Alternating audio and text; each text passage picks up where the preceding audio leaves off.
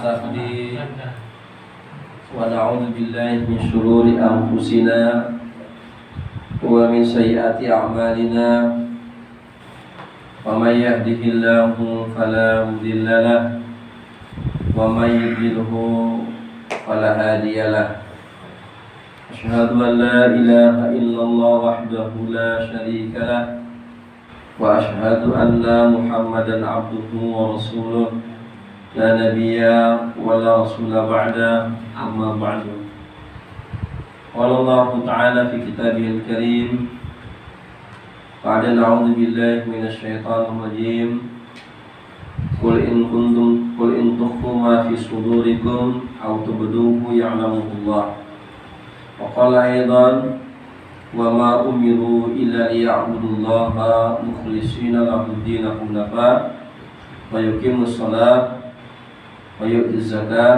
ذلك الدين القيم حنفاء يقيموا الصلاة ويقيمون الصلاة ومما رزقناهم ينفقون ذلك الدين القيم وقال النبي صلى الله عليه وسلم إنما الأعمال بالنيات وإنما لكل امرئ ما نوى فمن كانت هجرته إلى الله ورسوله فهجرته إلى الله ورسوله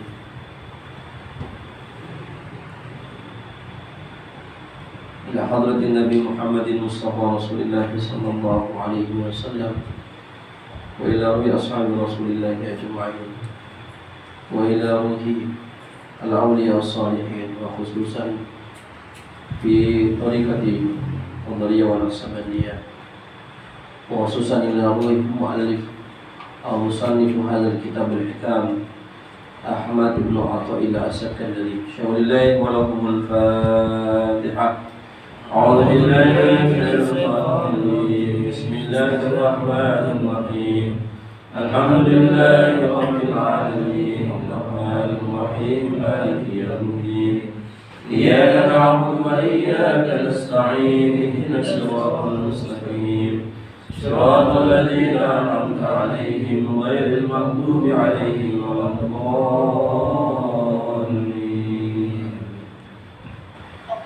Alhamdulillah, puji syukur senantiasa kita panjatkan kehadirat Allah Subhanahu wa taala Jalla Jalaluh yang telah menganugerahkan kepada kita kenikmatan iman sehingga kita bisa berkumpul bermuajahah bersilaturahmi di majelis kita ini dalam rangka untuk beribadah kepada Allah Subhanahu wa taala. Tadi kita sudah ratiban dan kita sudah sholawatan. Saat ini kita pengajian. Tentu ini adalah ibadah-ibadah yang akan memberikan makanan ke dalam rohani kita masing-masing. Seperti mana sebuah HP, contohnya dia perlu dicas ketika baterainya sudah lowbat, maka energi iman kita yang juga sudah sedikit kendur, sedikit melemah, maka harus dicas, harus diisi. Kalau lowbat HP maka diisi dengan cas listrik, diisi dengan energi listrik agar dia bisa dapat digunakan. Maka rohani dan qalbu kita, tempat diletakkannya iman, ini juga harus diisi sehingga dengannya iman kita tetap pada posisi stabil. Dan itu dapat kita lakukan dalam amal-amal ibadah. Seperti yang Nabi sampaikan dalam sebuah hadis, al-imanu yazidu wa yanqus. Iman itu dia bisa bertambah dan dia bisa berkurang. Yazidu bi ta'ati wa yanqusu bil ma'siyah. Iman itu akan bertambah dengan ketaatan dan iman itu akan berkurang dengan kemaksiatan. Dan maksiat itu al-aslul maksiyah ar-ridha 'ala nafsi. Asal muasal daripada maksiat itu adalah ridha dengan hawa nafsunya, mengikuti hawa nafsunya. Ya. Karena Allah sendiri mengatakan dalam Al-Qur'an, "Wa ra'aita man ittakhadha ilahahu hawa." Tidakkah engkau melihat betapa banyak orang-orang yang menjadikan hawa nafsunya sebagai Tuhannya? Kalau namanya Tuhan, tentu dilaksanakan titahnya, dilaksanakan perintahnya.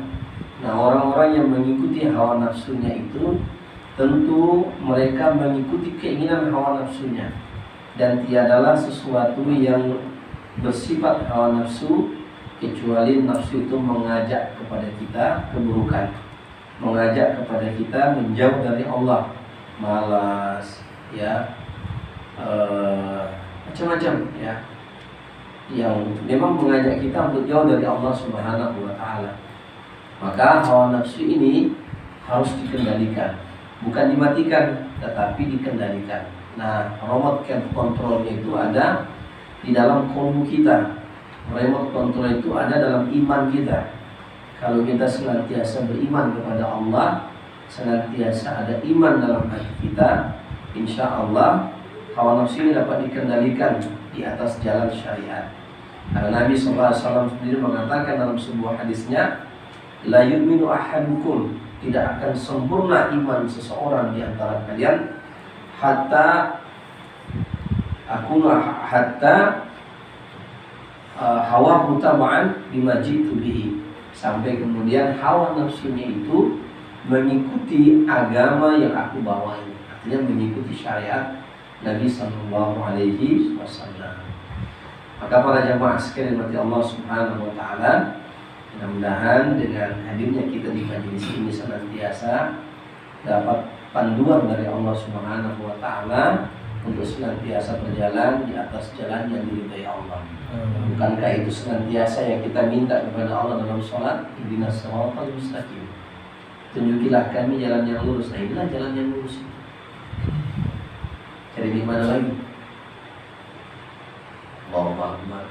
Ihdinas siratal mustaqim, tunjukilah kami jalan yang lurus. Ya, jalan yang lurus itu di dalam ibadah, dalam pengajian, ya, di dalam pengetahuan.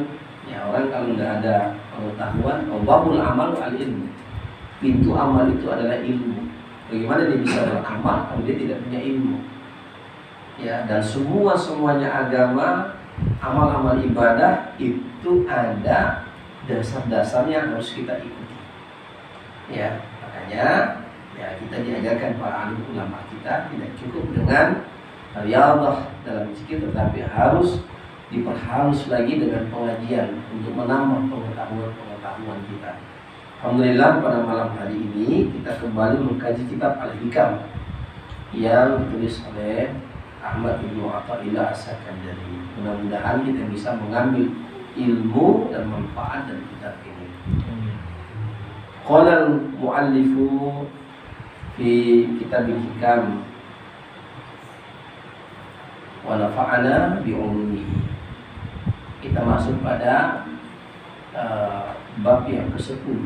Ya, kemarin kita sudah membahas ya bab yang ke-9. Beliau mengatakan al-a'malu suwarun qa'imatun wa arwahuha wujudu sirril ikhlasi fiha.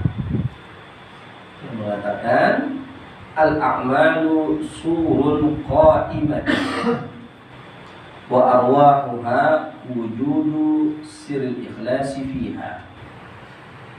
Al-a'mal, amal itu suwarun qa'imatun, seumpama sebuah jasad, wa arwahuha, sedangkan ruhnya, wujudu sirril ikhlasi fiha, adalah sirril ikhlas yang ada di dalamnya. Ya. Sirril ikhlas yang ada di dalamnya. Para jamaah sekalian yang dirahmati Allah Subhanahu wa Ta'ala, beliau mengatakan bahwa amal ini seumpama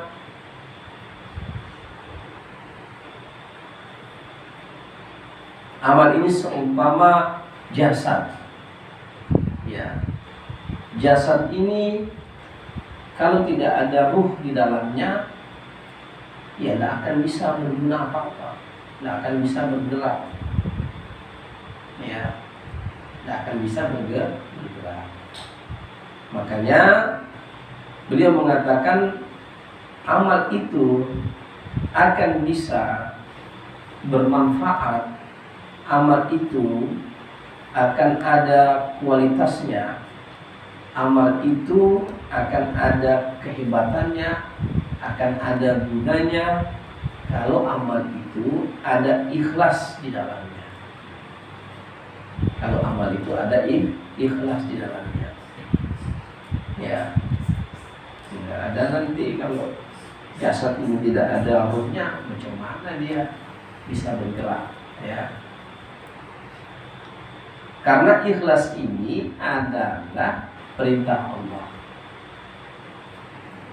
Ikhlas ini adalah perintah Allah. Wa ma umiru illa liya'budullaha mukhlishina lahud-din hunafa.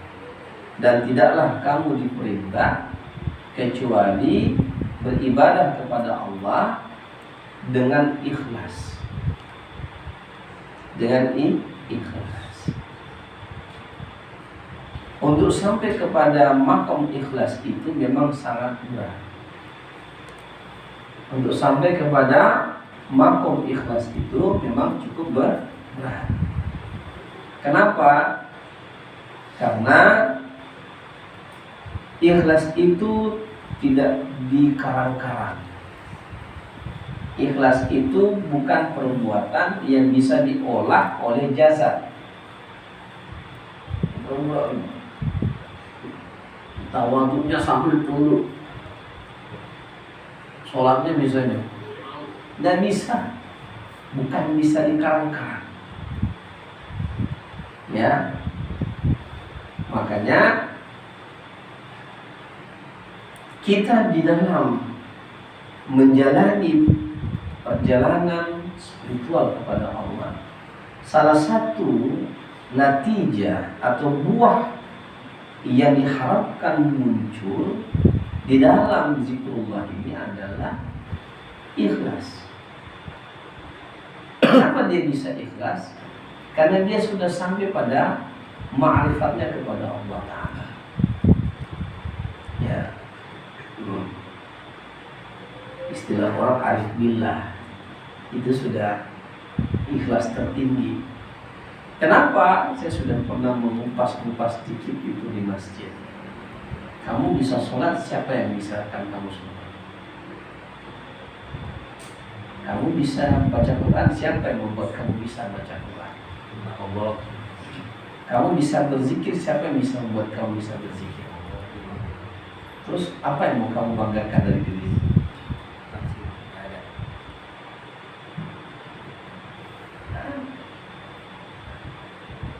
Yang ngasih kamu pengetahuan siapa? Yang ngasih kamu wiridan siapa? Yang ngasih kamu warid siapa? Terus kenapa kamu? Apa yang mau dibanggakan dari amalmu? Apa yang mau dibanggakan dari amalmu? Tidak. Ya. Jadi itu semua gimana Pak Ustaz? Nah, ini dia. Ikhlas itu yang arif billah.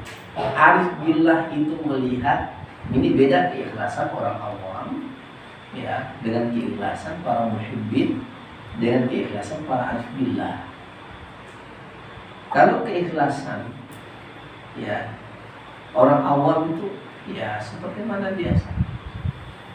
Habis itu udah selesai dia sholat, selesai dia beramal soleh, tidak ada terbetik dalam hatinya. Ya sudah, dia ikhlas begitu saja. Ya, dia hanya berharap kepada Allah Subhanahu Wa Taala. Kalau muhibbin, ya, dia paham bahwa ya, ini adalah pemberian Allah Subhanahu Wa Taala kepadanya. Kalau arif billah jauh lagi daripada itu. Semata-mata hanya Allah. Karena dialah yang membuat kita seperti ini. Maka kita sampai ke makom itu saja itu sudah luar biasa. Ya. Sirul ikhlas gitu. Karena ada sirul ikhlas di dalamnya. Satu ketika ya Nabi Sallallahu Alaihi Wasallam ditanya,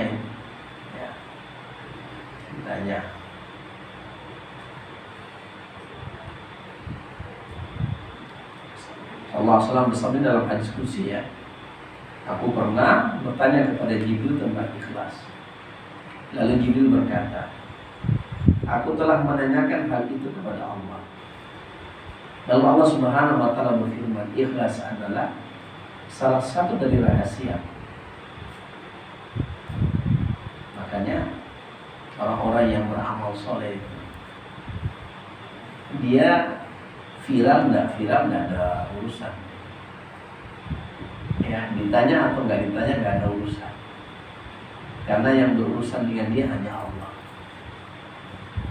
Ya, amal dia, perbuatan dia hanya untuk Allah Subhanahu wa taala saja. Kalau begitu Ustaz, kalau nanti Ustaz tanya gimana? Nah, itu dalam rangka riyadhah. Nanti pada saat-saat ke sana, makanya saya pernah mengatakan, saya ini gurumu hanya bisa mengantarkan sampai di pintunya saja. Begitu ente udah masuk ke dalam, saya tidak tahu lagi. Ya, begitu kamu udah masuk ke dalam, saya tidak tahu lagi. Seorang guru hanya bisa mengantarkan sampai ke pintu. Selanjutnya antum dengan Allah. Disitulah sirrimu dengan Allah. Kalaupun kamu ditanya sama orang, tak dapat kamu cakap keseluruhan apa yang kamu temukan dengan Allah.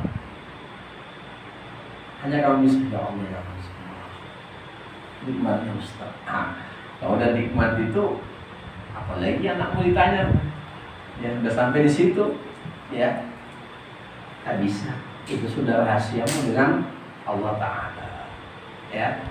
Adapun kalau misalnya bisa disampaikan sedikit-sedikit, paling hanya gambaran-gambaran kecil. Karena secara utuh semuanya apa yang di dalam sirri qalbumu dengan Allah itu tidak ada yang tahu kecuali engkau dengan Allah Subhanahu wa taala. Makanya itu rahasia-rahasianya Allah itu ada sama para waliullah, dan wali-wali Allah itu dirahasiakan oleh Allah. Ya, sama sirinya tebak-tebak aja lah. Cuman nanti kalau ada bizar, Allah yang berkehendak untuk menzahirkan. Tetapi seorang waliullah tidak mau dia memperkenalkan, tidak mau dia. Kalau mukjizatnya Nabi wajib disampaikan, wajib dinampakkan, wajib dizaharkan. Tapi kalau waliullah, karomah-karomah itu tidak akan mereka sampaikan rahasia-rahasianya dengan Allah, kecuali Allah mau menzahirkan karomah itu. Ya, kemudian kata Allah Subhanahu wa taala, ya, ikhlas adalah salah satu dari rahasia yang aku berikan ke dalam hati orang-orang yang kucintai dari kalangan hamba-hamba. Jadi itu cintanya Allah itu kalau sudah kena sama hambanya, Masya Allah. Ya, bukan kemudian orang jalan di atas air, waliullah itu. Tidak wajib kita akui, manakala dia bercanggah dengan agama. Tapi kadang-kadang wali-wali Allah itu dia menutupi kewaliannya. Kadang-kadang dia lebih banyak tidurnya daripada awak. Kadang-kadang dia lebih banyak makannya daripada awak. Ya. Cuman itu dalam batas sifat basyariyah. Dia nutupin sisi kemanusiaannya supaya dia menyembunyikan kerahasiaan dia dengan Allah Ta'ala. Kan sudah pernah bahas dalam kitab Mukasyafatul Qulub. Ada orang yang dekat dengan Allah, begitu ketahuan sama majikannya diminta sama Allah, ya Allah wafatkanlah, meninggal tiba-tiba. Ya, ketahuan sama sama dengan Uwais Al-Qarni dan yang mau dikenal. Walaupun sahabat cukup sampai di sini pertemuan kita, wahai Umar, wahai Ali. Habis itu kamu jangan ketemu dengan saya lagi. Nah, bayangkan itu Uwais Al-Qarni itu majhulun di dunia, masyhurun di sama. Dia tak terkenal di dunia, tak terkenal di bumi dia, tapi dia masyhur di langit. Doanya makbul, ya. Doanya tembus, ya. Dan itu sabda Rasulullah. Apakah kita boleh di situ saat semua berpeluang untuk sampai ke sana? Ya, sangat betul-betul. Makanya sirul ikhlas yang ada di dalam kalbu kita ini perlu dijaga. Disitulah kerahasiaan kita dengan Allah. Ada orang mengatakan kemarin, rupanya tidak ada apa-apanya kita. Itu sudah mulai ke arif billah. Kata-kata seperti itu adalah perkataan arif billah. Dia tidak lagi melihat dirinya yang beramal. Dia tidak lagi melihat. Manakala dia masih melihat dirinya yang beramal, dia akan capek. Ya. Apalagi mau pengakuan orang lain. Apa urusannya diakui sama orang? Emangnya kita ada untung? Saya tanya, ada untung gak kita diakui orang yang soleh? Gak ada untungnya. Malah takut ada sifat ujub dalam hati kita. Ujub, merasa. Makanya orang-orang yang wali itu, dia kalau dalam istilah malamatiyah, dia menyembunyikan. Kecuali yang Allah zahirkan. Kalau Allah berkehendak mau menampakkan, memang ditampakkan sama Allah. Tapi selebihnya, dia tawadhu di hadapan Allah. Dia bisa begini, ini memang karena Allah Subhanahu wa ta'ala. Ya. Makanya Nabi mengatakan, innamal a'malu binniyat wa innama likulli imri'in ma nawa. Segala sesuatu ini amal tergantung dari niatnya. Amal itu akan berkualitas tergantung dari apa yang ada di dalam qalbu. Allah. Tetapi karena ada ustaz di situ terus makanya orang-orang yang suka menyendiri kalau sholat sunat itu. Dia tak mau nambah sama orang. Karena memang tidak ada gunanya itu. Apa gunanya kita diketahui orang lain itu soal? Supaya kita mau dihargai sama dia. Itu dia namanya. Ada pengharapan kepada manusia. Ya. Ada pengharapan kepada manusia. Nanti kalau orang-orang yang seperti ini sikapnya, ketika dia dibangkitkan oleh Allah, Allah akan datangkan orang-orang yang dia dulu pernah beribadah untuk memperoleh penghormatan darinya. Nih, Allah panggil. Makanya itu di sirri kita, di zikir itu kita dilatih untuk ibadah itu. Makanya kita perlu bersyukur ya, ketika kita belajar thariqah ini, kita belajar zikiran ini, kita belajar wiridan ini. Itu sebenarnya untuk memantapkan yang di kalbu kita ini, rahasia antara kita dengan Allah Ta'ala. Ada yang tahu. Bahkan kadang-kadang kita tutupin supaya orang tak tahu. Ya. Kecuali ya apa boleh buat kalau diketahui ya gimana lagi. Tapi kalau belum bisa, upayakan. Ya. Makanya la ya'riful wali illa wali, tidak ada yang tahu dia seorang wali kecuali wali. Sama-sama. La ya'riful jauhar illa jauhar, tidak ada orang yang paham tentang permata kecuali ahli permata. La ya'riful bakso illa bakso. Tidak ada yang tahu orang itu tukang bakso beneran kecuali tukang bakso. Bukan begitu, Mas? Ada abang lah. Ada abang yang tahu. Ya kan? La ya'riful tukang bangunan illa tukang bangunan. Tidak ada yang tahu orang ini hebat tukang bangunan kecuali orang tukang bangunan. Ketika dia kita ini hanya mantap sekali bangunan. Begitu yang ahli datang, kurang pas. Bener, ya. Makanya orang-orang yang sudah sampai frekuensi batinnya itu dengan Allah Ta'ala, itu tidak bisa dibohongin. Orang-orang yang sama perjalanannya kepada Allah itu langsung terketuk. Ya, mau ngomong apa dia, kita sudah tahu kemana arah pembicaraannya. Ya. Jadi kembali lagi oleh pembahasan Al-Hikam ini, amal perbuatan itu terus bagaimana kalau tidak ada ikhlas? Jadi kalau begitu kita tidak usah beramal, jangan.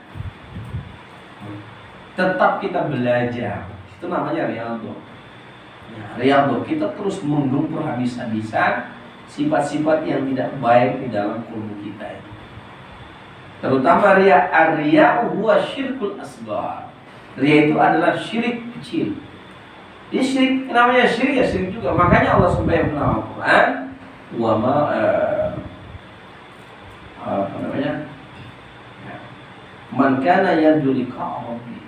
Siapa yang mau ketemu sama Allah. Ini rahasianya ayat ini. Kalau kita paham, akan tembus kita dengan Allah. Man kana yarju liqa'a rabbih. Siapa yang mau liqa', berjumpa dengan Allah. Ya. Asik gitu. Falyamal amalan salihah. Maka hendaklah dia melakukan amal saleh. Tidak cukup sampai di amal soleh, Allah sambungkan wala yusyrik. Jangan kamu mensyirikatkan Allah di dalam peribadatanmu. Dalam amalmu jangan ada syirik. Yang paling kita takutkan itu adalah syirik riya dalam hati. Berharap dipuja dan dipuji sama orang. Disinilah beratnya ketika kita beramal.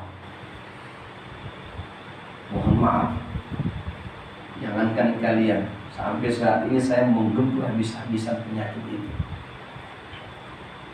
Kalau enggak Pak, tengkurap kita.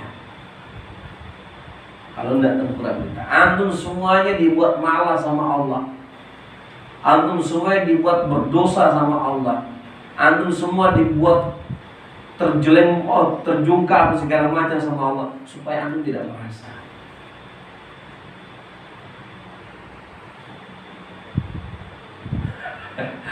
Wah, dibabat lagi sama Ustaz malam hari ini. Iya.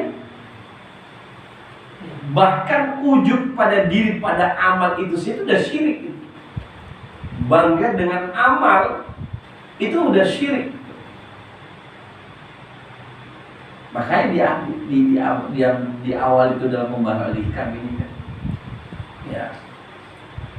Makanya Nabi itu mengatakan illa ayyatagammadana rahmat. Kalau bukan karena rahmat Tuhan. Nah, jadi gimana caranya Ustaz? Kamu yang tahu sendiri dalam sirmu. Di dalam sirmu itu udah dijawab gitu. Coba tutup mata, tanya sama hatinya. Begini jawabannya. Ya, supaya kamu bisa ikhlas. Oh, berat sekali Ustaz, memang iya. Ya, disinilah kualitas itu kita akan ukur. Bukan hanya kuantitas ibadah yang kita jalankan, tetapi kualitasnya. Ya. Kalau kata Ustaz Al-Rozi lebih parah lagi, dia banyak sekali balut-balut sekarang ini di zaman akhir. Tidak sesuai dengan apa yang dizahirkan, dengan apa yang ada di batin. Ya.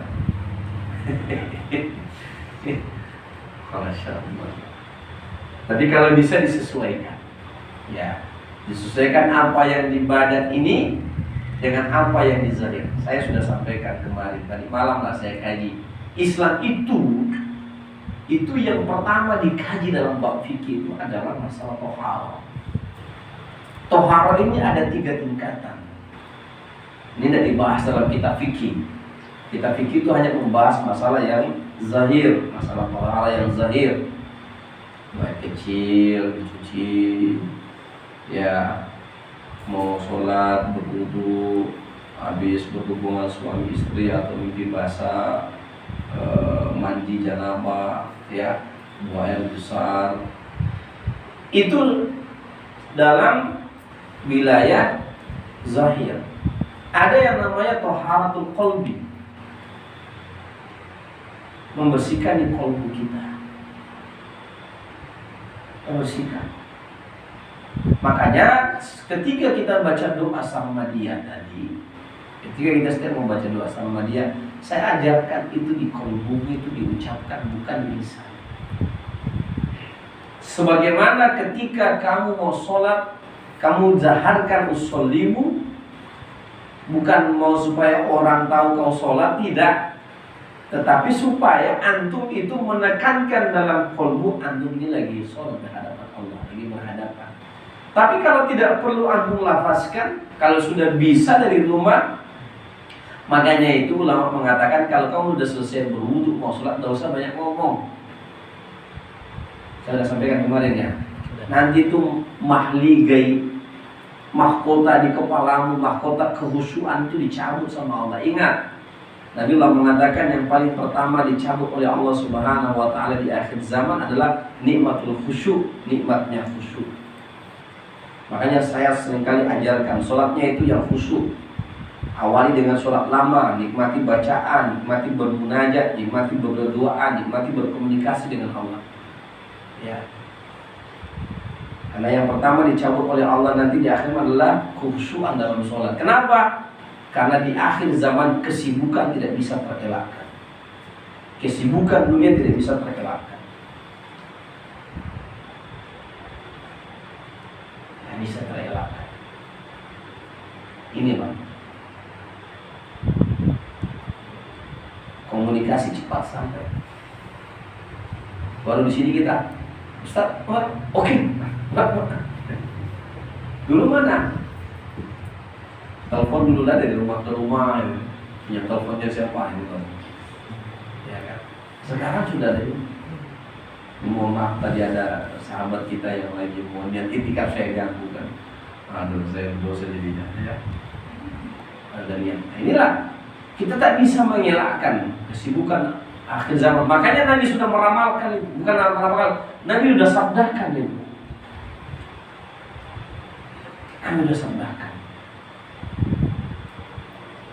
Nikmat yang pertama kali yang dicabut oleh Allah di akhir zaman adalah nikmatul khusyuk, nikmatnya khusyuk.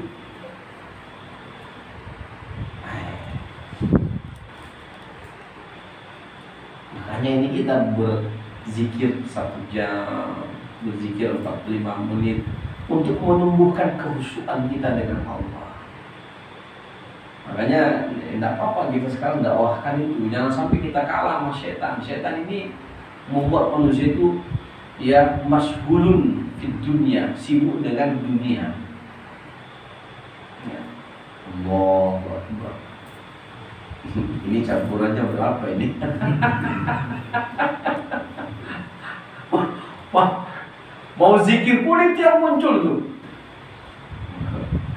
La ilaha illallah, bukan Allahnya yang diapakan, tapi pekerjaan masih juga nongol di pekerjaan itu. Makanya nanti dalam kitab ini jelaskan dilipat itu dunia itu, letakkan di belakang. Apa ini semua ini? Kamu kerja atau tidak kerja juga Allah sudah tanggung rezekimu. Apalagi yang mau kamu bikin? Kamu dalam ilmu kok Allah tanggung sampai kamu nggak bisa ngapa-ngapain, Allah tanggung kok masalah itu kamu nggak percaya sama Allah. Wa ma min dabbatin fil ardi wa ta'irun yatirun ila Allahi rizquha. Dan tidaklah binatang yang melata dan burung-burung yang terbang, sesungguhnya dalam kami punya urusan menanggung rezeki mereka. Masa kita mau sampai akhirat, mau sampai kapan kita sholat enggak benar? Udah benar kita sholatnya syariat, tapi hakikat kita nggak sampai.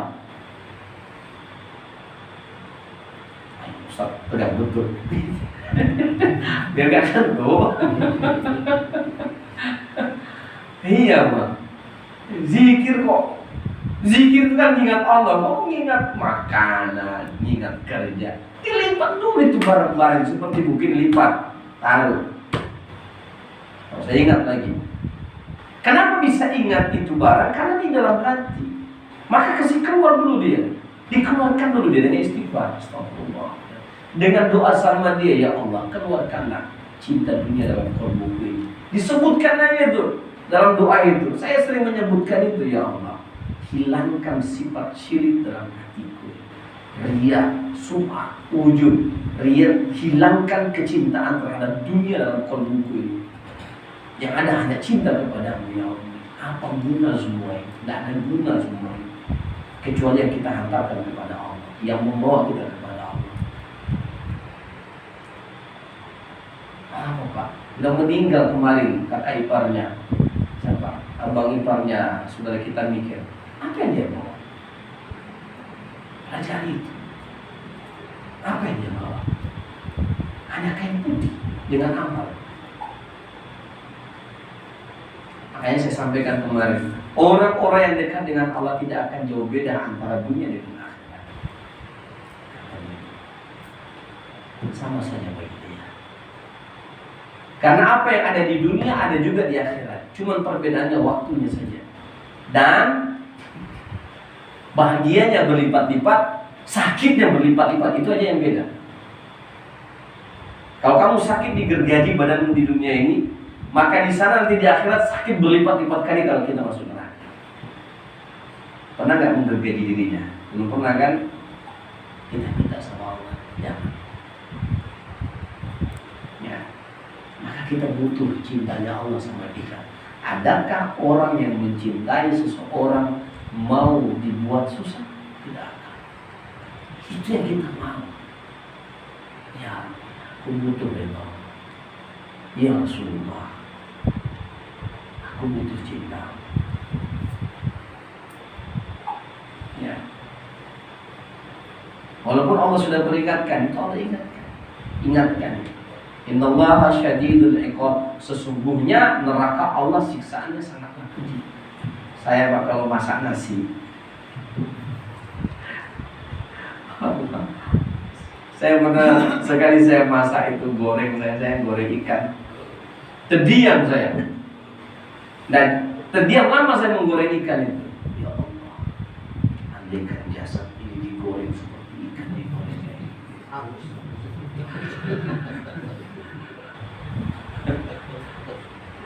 Nangis saya.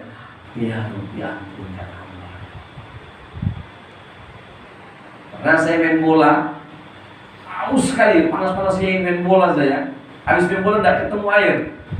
Nangis lagi saya. Kenapa? Ya Allah, ini tapi kayak gini, terus kita nggak dapat air, betapa tersiksanya. Bagaimana di padang mahsyar itu? Ya Rabbana. Ada ahwal-ahwal batin itu kayak gitu akan muncul. Ya. Jadi kalau begitu Ustaz, nah belajarlah khusyuk dalam zikir. Gimana belajar khusyuknya? Di sirrul asrarmu, di dalam rahasia dan kedalaman rahasiamu dengan Allah.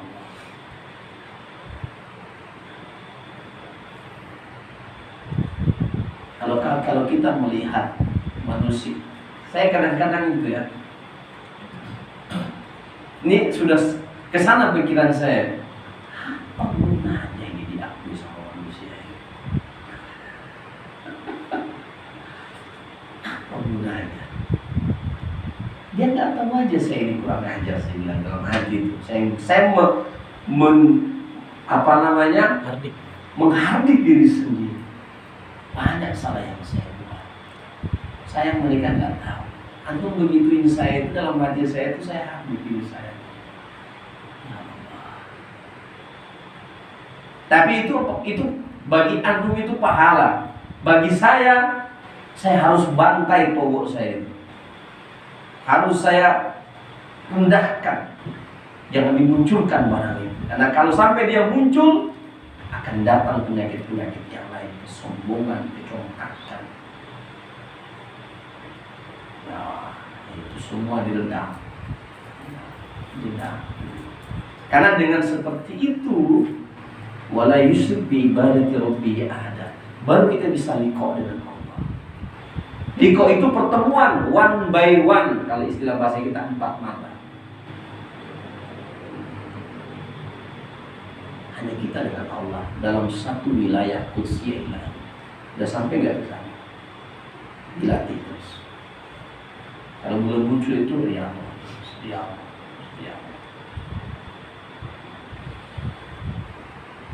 Ya. Karena orang yang ikhlas tidak pernah melihat amal. Bahkan ketika dia melihat amal, dia merasa tidak ada apa-apanya amalnya. Bener Pak. Saya jamin 100% kalau orang-orang yang sudah sampai pada tingkat ikhlas, dia tidak akan melihat amalnya itu, tidak ada apa-apanya amalnya. Dia akan melihat amal itu tidak ada apa-apanya.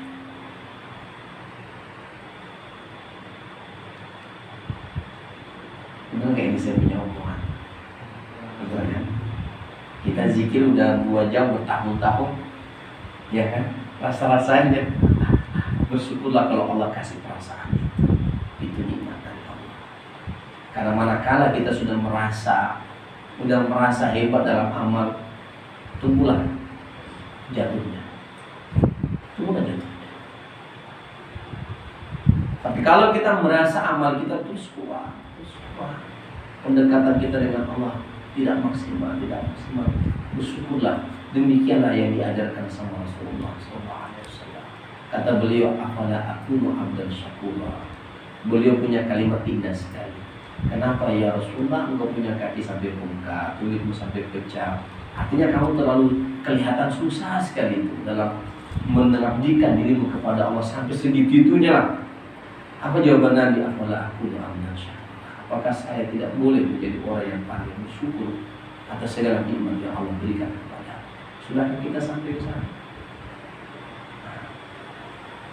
Tapi orang-orang yang terus mendekat kepada Allah, memang dia tidak akan melihat amal. Saya yakin. Ya, kenapa yang saya rasakan itu juga yang saya didik antum semuanya. Dan antum itu mudah-mudahan ada bibit muncul cahaya itu bahwa amal saya ini masih sangat kurang. Ya, insyaallah ya. Nah itu dalam sirul ikhlasmu. Oke, dia 11 ya. Saya rasa cukup ya. Sampai ibu ketiduran. Ya. Jadi saya sudah sampaikan kemarin ya. Ada yang namanya juga tahurur ruh, mensucikan ruh. Bagaimana cara mensucikan ruh? Irji'i ila rabbi. Selalu kepada Allah, selalu kepada Allah, selalu kepada Allah. Kenapa? Karena ruh itu adalah inna lillahi wa inna ilaihi raji'un. Ruh itu datangnya dari Allah dan akan kembali kepada Allah. Tanah dari tanah, jasad dari tanah kembali ke tanah. Ruh datangnya dari Allah, dia akan kembali kepada Allah. Maka sebelum datang kembali dan tidak balik-balik lagi, dari sekarang kita belajar kembali terus kepada Allah. Iya kan Muhammad? Mari kita tutup dengan doa majelis yang ketiga, la ilaha illa anta astaghfiruka wa atubu ilaik. Wassalamualaikum warahmatullahi wabarakatuh.